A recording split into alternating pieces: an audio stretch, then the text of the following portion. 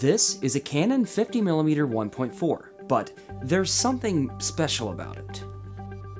So here's why this 50-year-old lens is the perfect budget option for your cinematic projects.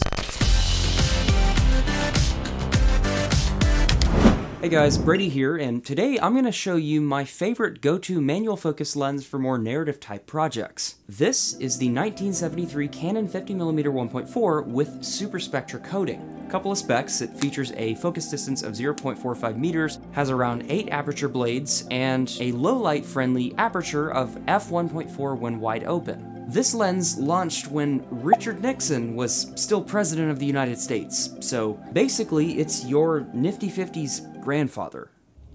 I'm old, not obsolete.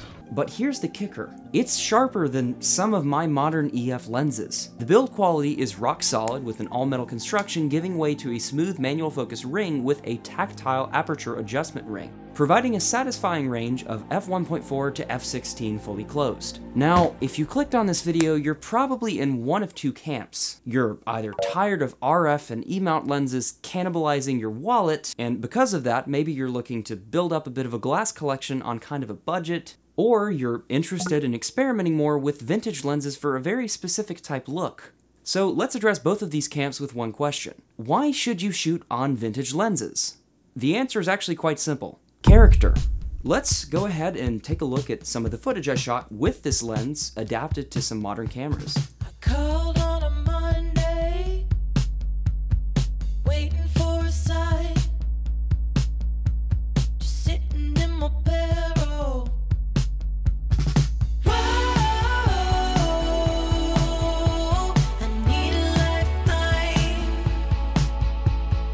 Whoa, to help me get it right. Okay, so today's lenses are very photorealistic, and you're probably thinking, that's good, right? Well, yes, but also no. This paradigm shift is actually pretty major, considering we were still shooting most major motion pictures on film 20 to 30 years ago. When it comes to a more narrative look and focus of a feature film, an overly sharp image can often be very distracting to members of the audience. Oftentimes, the director would like you to see the emotion in the actor's face and not every single freckle. That's where vintage lenses come in. But at this point in the video, you're probably thinking, didn't he just say this is the sharpest vintage lens, so doesn't that mean by his own logic it sucks? Not quite. Hear me out. The secret lies in the coating, specifically the coating that's actually on the front of this lens. Canon calls it their Super Spectra coating, and it was, at the time, Canon's best solution to limiting flares and chromatic aberration in images, while also increasing contrast. And does it do its job? Yes, but also no. But this is a good thing. The color reproduction out of these lenses is kind of special, and it's really hard to put into words, but when you see it, you just kind of know. It's got this unique look in everything from the skin tones to the bokeh shapes in the background, and this is something that other vintage lenses like the EOS 44-2 have also been used for, with their swirly bokeh effects in the background as well. Lenses like the EOS are also like 50 to 60 years old. It's a Soviet lens. It's nothing special, but that's what makes it special. One person's trash is another person's treasure. If you're wanting to get these lenses cheap, I wouldn't wait around forever. Lenses like that EOS 44-2 have developed a bit of a cult following. Years ago, you used to be able to get these lenses dirt cheap, but their value has doubled and even tripled in some cases as popularity of these nostalgic trends and the looks that these lenses can give you has increased. However, you can often find super cheap FD lenses like these at local pawn and antique shops. I actually got this lens at a pawn shop with an old Canon EF film camera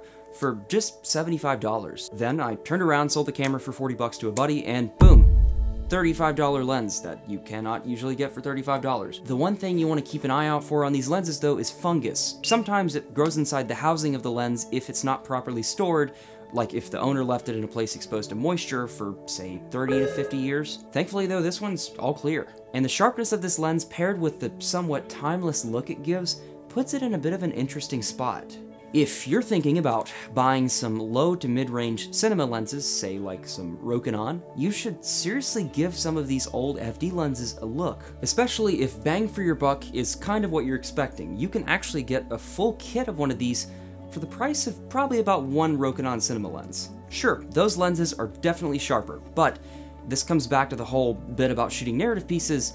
Does it really need to be that sharp? Do you need to see every single pore in your actor's face? Yes, you will need an adapter, but this cheap option that I got off Amazon has served me very well. In fact, I rarely take it off. I've had a ton of fun using this lens on my C70 and R5, and I'll definitely be using it for more serious narrative projects as time goes on. At the end of the day, what matters most is having solid gear that gets the job done, and that's what this lens does. Gear alone does not define talent.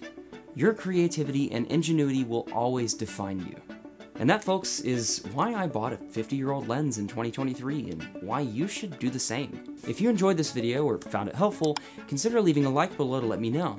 Do you own this Canon FD 50mm with Super Spectra coating, or do you have a different version? Do you have any recommendations or experience to share with vintage lenses? Leave a comment down below and let's have a chat about it. And if you want to hear more from me, definitely consider hitting that big red subscribe button and bell notification icon next to it so you can always be in the know when I upload new videos. And as always, see you in the next one.